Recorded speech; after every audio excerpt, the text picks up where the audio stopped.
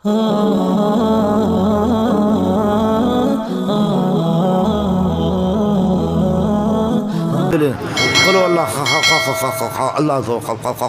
70 سال پہ جب قل ہو اللہ آپ کو نہیں آیا، 75 سال پہ نہیں آیا، آگے بھی انشاءاللہ نہیں آئے گا۔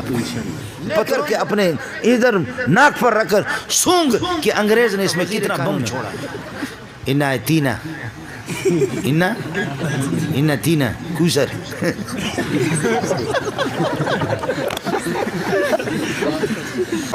اللہ 70 سال پہ جب قل ہو اللہ آپ کو نہیں آیا، 75 سال پہ نہیں آیا، آگے بھی انشاءاللہ نہیں آئے گا۔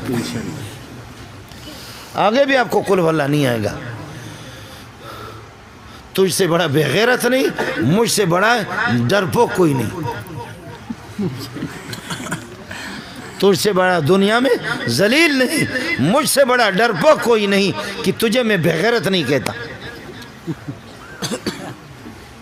پھر بھی میں کہتا ہوں کہ یہ تعلیم یافتہ ہے۔ لعنت ہو تیری تعلیم پہ اور لعنت ہو میری اس چاپلوسی پہ۔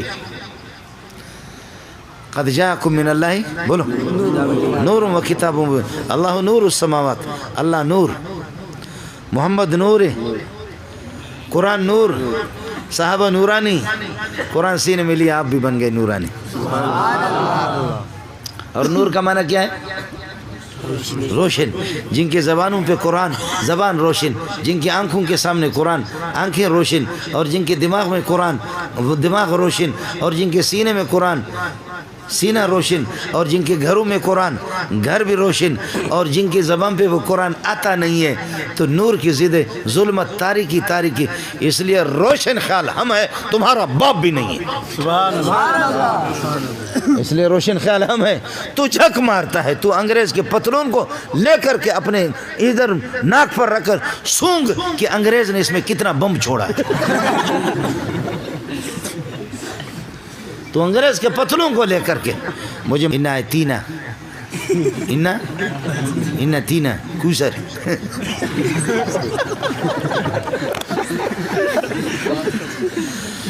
کتاب اللہ دریجا چاکو چاکس، کتاب اللہ دریجا چاکو چاکس، بتدفین احادیث الماکس، جرائم نجوم آسمان بیش، جرائم نجوم آسمان بیش، نمیدانم کی پاکل چپاکست۔ کتاب اللہ کے ٹکڑے ٹکڑے گدھوں کی زبانوں پہ کتاب اللہ آ بھی نہیں رہا۔ کتاب اللہ اور بتدفین احادیث الماکس، نبی کی حدیثوں کو ریزہ ریزہ کر کے دفن کر دیا گیا۔ جرائم نجوم آسمان بیش، جرائم نجوم آسمان بیش، نمیدانم کی پاکل چپاکس، نمیدانم کی پاکل چپاکس۔ جرائم چوری، ڈکیتی، قتل و غارت، بے حیائی، بے شرمی، بدکاری، شراب نوشی، ذلت، انگریز کا پٹھو، ساری بے غیرتیاں یہاں تم نافذ کر رہے ہو۔ میں نہیں سمجھتا تمہارا پاکستان کس چیز سے پاک ہے۔ پاکستان کا معنی پاک، بے حیائی سے پاک نہیں، قتل و غارت سے پاک نہیں، مظلوموں کو اللہ کو دبانے سے پاک نہیں، مظلوموں کو قتل کرنے سے پاک نہیں۔ یہ پاکستان تمہارے کس چیز سے پاک ہے؟ آپ کو بات سمجھ میں آ گئی؟ السلام علیکم محترم ناظرین، مولانا منظور مینگل صاحب دامت برکاتہم العالیہ کا یہ نیا بیان جو کسی تقریب کے موقع پر انہوں نے کیا، اور انہوں نے اپنے ملک وطن عزیز پاکستان کے لیے جو درد ان کے سینے میں ہے ان کا اظہار کیا کہ یہ ملک ہمارا وطن پاکستان جس غرض سے، جس مقصد کے لیے آزاد ہوا، لوگوں نے، عوام نے، خواص نے، علماء نے قربانی دی اس ملک کے لیے، اس ملک کی آزادی کے خاطر، اس ملک میں شرعی نظام کے نفاذ کے لیے۔ لیکن افسوس کہ آج وہ مقصد پورا نہیں ہو رہا۔ لوگ، حکمران اس مقصد کے لیے ملک کو لیا گیا تھا، حاصل کیا گیا تھا، اس پر عمل پیرا نہیں۔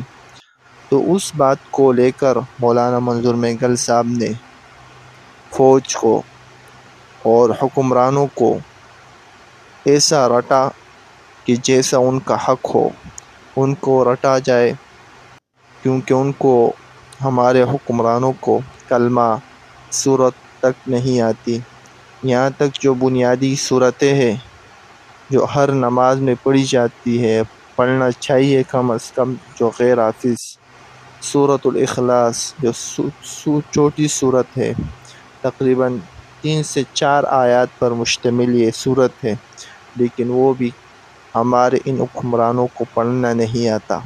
تجوید کا تو چھوڑے، ان کو صحیح پڑھنا بھی نہیں آتا، بغیر تجوید کے بھی نہیں پڑھ سکتے۔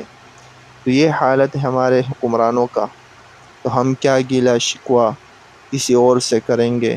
جو غیروں کا غلام ہو تو وہ کیا شریعت نافذ کریں گے؟ کیا ہم ان سے مطالبات کریں گے؟